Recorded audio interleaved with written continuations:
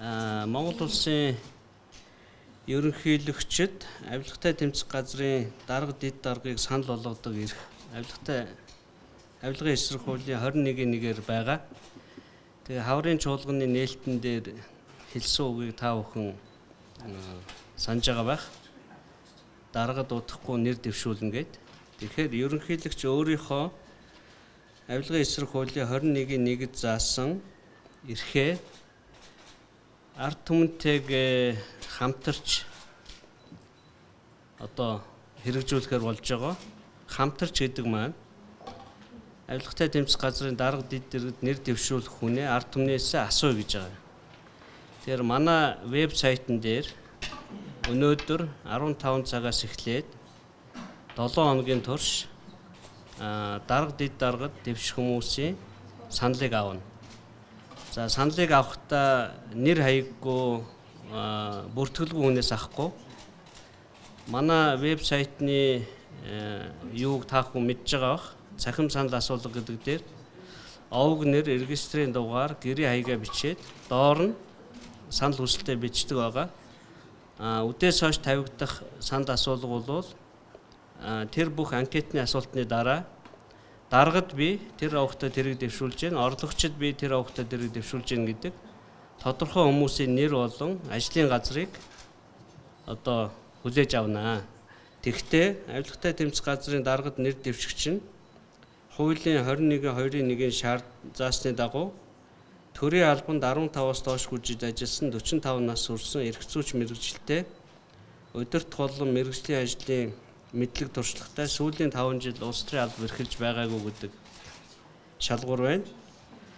21-2-2 дээр авилгатай тэмцэх газрын дэд даргад нэр дэвшигч нь төрийн албанд 10-аас доош жил ажилласан эрх зүйч мэргэжилтэй гүйцэтгэх болон мөрдөн байцаах ажлын мэдлэг туршлагатай сүүлийн 5 жил улс төрийн албан тушаал эрхэлж байгаагүй гэдэг ийм хоёр шалгуур байгаа.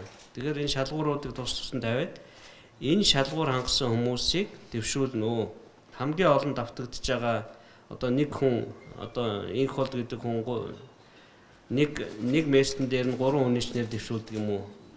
Тэгээд энэ 3 хүмүүсээс хамгийн олон санал авсныг ерөнхийлөгч их хурл руу дэвшүүлэх ийм саналтай байгаамаа. Одоогийн 2 хүн бүрэн эрхийн хугацаа нь 21-5-ын дагуу дууссан байна.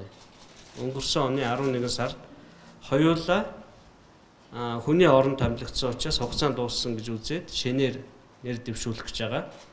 Тэгээд энэ хүмүүсийн томилгоог улсын их хурл зөвшөөрөөд томилох юм бол эх 7 хоногийн сүүлээр ч юм уу энэ авилгатай тэмцдэг байгууллага шинэ удирдлагатай болох ийм боломжтой гэж үзэж байгаа. Тэгээд энэ зарлалыг хэлэх гэж орж ирлээ.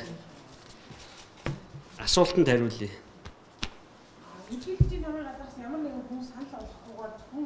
Иргэдээс ирсэн саналыг үндэслэлд санал болгох гэж байгаа.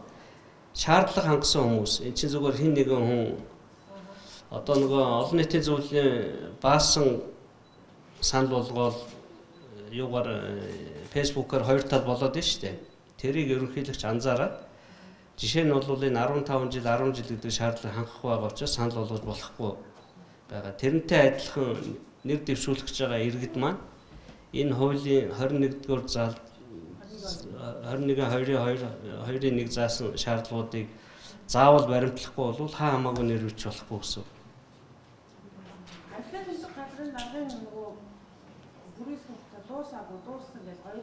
Тэрийг их хурл шийднэ. Манай ерөнхийлөгчийн тамгын газрын хуульчдын үзэж байгаагаар бол дууссан. Энэ шинэ их хурл гараад төрийн албан зөвлөлийн 2 гишүүнийг хатахгүй даваа очир гээд 2 гишүүнийг халсан байгаа. Тэгвэл яг адилхан залтаар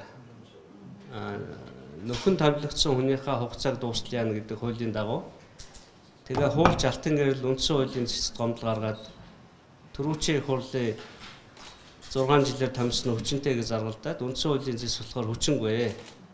Нөхөн төмөлсөн хүний хугацаагаараа хэмжигдэнэ гэдэг ийм шийдвэр гарцсан учраас авилгатай тэмцэх газрын хувьд төрийн албан зөвлөлтөд мөн адилхан ийм процесс явах ёстой гэж президент байгаа учраас тэгж үзэж байгаа. 7 хоног.